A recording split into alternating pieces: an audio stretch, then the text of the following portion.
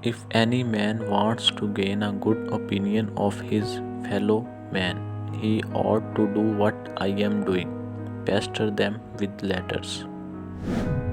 Scientists are the destroyers of myths, and sometimes the myths they destroy are their own. As for a future life, every man must judge for himself between conflicting vague probabilities. Who is thought being a secretion of brain more wonderful than gravity, a property of matter? It is over arrogance, over admiration of ourselves. It would be difficult for me to remind the reader who is not familiar with geology of the facts by means of which one arrives at a vague and faint idea of the immensity of the duration of the ages which have passed. Species that struggle to adapt to survive will become extinct. Attention, if sudden and close, get, get grades into surprise, and this into astonished, and this into stupefied amazement. The moral sense perhaps affords the best and highest distinction between man and the lower animals. A pleasurable and excited state of mind associated with affection is accepted by some dogs in a very peculiar manner, namely by grinning. I have steadily endeavored to keep my mind free so as to give up any hypothesis, however much beloved, and I cannot resist forming one on every subject as soon as facts are shown to be opposed to it. In all cases, positive paleontological evidence may be implicitly trusted. Negative evidence is worthless, as experience has so often shown. I received the proceedings of one of the meetings in which it seemed that the shape of May had been the subject of a public discussion, and one of the speakers declared that I had the bump of revenge developed enough for 10 priests. Novels, which are works of the imagination, though not a very high order, have been for ever a wonderful relief and pleasure to me, and I often bless all novelists. A surprising number have been read aloud to me, and I like all if moderately good, and if they don't, and unhappily against which a law ought to be passed. It is easy to hide our ignorance under such expressions as the plan of creation or unity of design, etc., and to think that we give an explanation when we only restate a fact. There is a continuity between humans and other animals in their emotional lives. There are transitional stages among species, not large gaps, and the difference among many animals are differences in degree rather than in kind. It is so important to bear in mind the probability of conversation from one function to another. If the country were open on its borders, new farms would certainly immigrate, and this also would seriously disturb the relations of some of the former inhabitants. But then with me the horrid doubt always arises whether the convictions of man's mind, which has been developed from the mind of the lower animals, are of any values or at all trustworthy.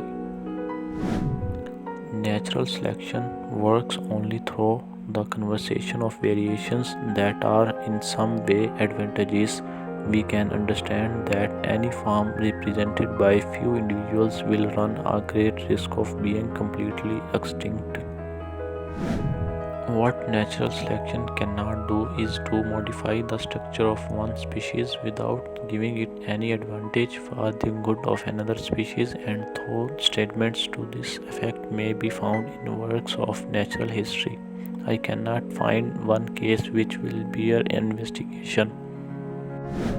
Can we believe that natural selection comes to produce, on the one hand, an organ of insignificant importance like the griff's tail, which serves as fly scare, and on the other hand, an organ as wonderful as the eye? But natural selection, as we shall hereafter see, is a power incessantly ready for action and is immeasurably superior to man's feeble efforts as the work of nature are to those of art. There seems to be no more purpose in the variability of living things and in the action of natural selection than in the direction the wind blows. This shows how necessary it is for any new point of view to be explained at considerable length in order to attract public attention. He who believes in struggle for existence and in the principle of natural selection will acknowledge that every organic being is constantly endeavoring to increase in numbers, and thus if any one being vary ever so little,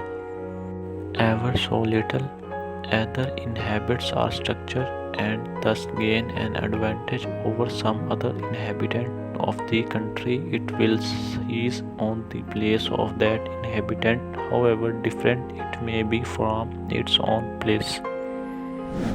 Many races, some of which differ so much from each other that they have often been ranked by naturalists as distinct species. The love for all living creatures is the most noble attributes to a man. Traveling ought also to teach him distrust, but at the same time he will discover how many truly good-natured people there are. Ignorance more frequently begets confidence than does knowledge. It is those who know littler and not those who know much who so positively assertive that this or that problem will never be solved by science.